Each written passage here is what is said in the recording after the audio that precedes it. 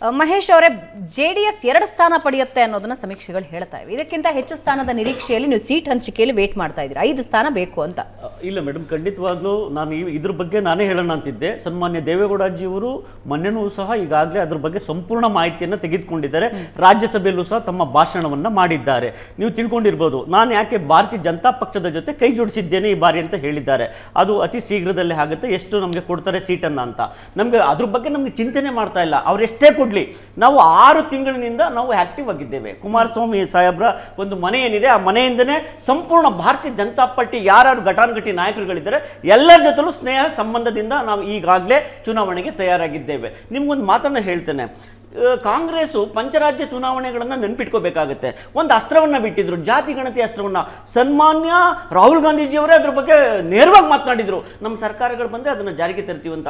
ಈಗ ಅದ್ರ ಬಗ್ಗೆ ಮಾತನಾಡ್ತಾ ಇಲ್ಲ. ಒಂದು ಆಯ್ತಲ್ವಾ, ಎರಡನೇದಾಗಿ 2004ರಲ್ಲಿ ಒಂದು ಆಸೆ ಇಟ್ಕೊಂಡಿದ್ರು.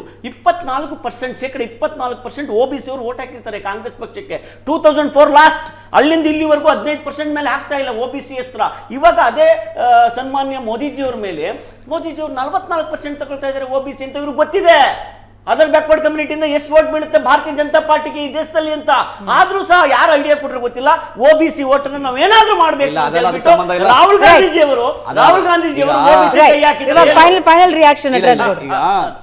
ಕೆಲವು ವಿಷಯಗಳಿದೆ, ದೇಶದಲ್ಲಿ ಬಹಳ ವಿಷಯಗಳಿದ್ದಾವೆ. ಆ ವಿಷಯಗಳ ಆಧಾರದ ಮೇಲೆ ನಾವು ಚುನಾವಣೆ ಮಾಡ್ತೀವಿ. ಇದು ಒಬ್ಬ ವ್ಯಕ್ತಿ ವರ್ಸಸ್ ಒಬ್ಬ ವ್ಯಕ್ತಿ ಅಲ್ಲ. ಆದರೆ ಕರ್ನಾಟಕದಲ್ಲಿ ಮಾನ್ಯ ಖರ್ಗೆ ಅವರಿದ್ದಾರೆ. ಅವರ ಒಂದು ಮೋದಿ ಅವ್ರಿಗೆ ಹೆಂಗೆ ಗುಜರಾತ್ ಅವಕಾಶವನ್ನು ಮಾಡಿಕೊಡ್ತಾ ಇತ್ತು, ಅವ್ರ ಬೆಂಬಲಕ್ಕೆ ನಿಂತ್ಕೊಂತು, ಹಂಗೆ ಖರ್ಗೆ ಅವರ ಬೆಂಬಲಕ್ಕೆ ಕರ್ನಾಟಕ ನಿಂತ್ಕೊಂತದೆ, ಕರ್ನಾಟಕ ಜನ ನಿಂತ್ಕೊಂತಾರೆ. ಯಾಕಂದರೆ AICC ಅಧ್ಯಕ್ಷರಾಗಿರೋದು ನಮ್ಮ ಕರ್ನಾಟಕದ ನಮಗೊಂದು ಸಂತೋಷನೇ. ಕಳೆದ 7 ದಶಕದಲ್ಲಿ ಇದು ಪ್ರಥಮ ಬಾರಿಗೆ ಆಗಿದೆ.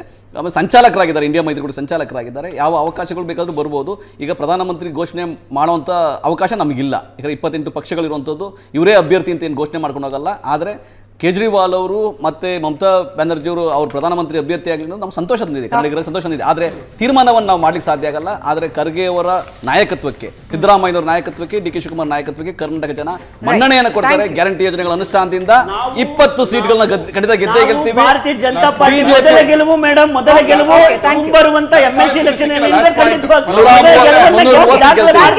4 ಜನಕ್ಕೆ ಧನ್ಯವಾದ ಚರ್ಚೆಯಲ್ಲಿ ಭಾಗಿಯಾಗಿದ್ದಕ್ಕೆ. ವೀಕ್ಷಕರೇ, ಇದು ಇವತ್ತಿನ ವಿಶೇಷ ಚರ್ಚಾ ಕಾರ್ಯಕ್ರಮ. ನೇರ ದಿಟ್ಟ ನಿರಂತರ ಸುದ್ದಿಗಾಗಿ ನೋಡ್ತಾ ಇರಿ ಏಷ್ಯಾನೆಟ್ ಸುವರ್ಣ ನ್ಯೂಸ್.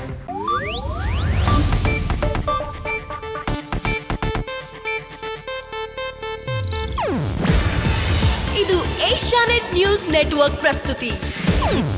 ನೀವು ನೋಡ್ತಿದ್ದೀರಾ ಏಷ್ಯಾನೆಟ್ ಸುವರ್ಣ ನ್ಯೂಸ್.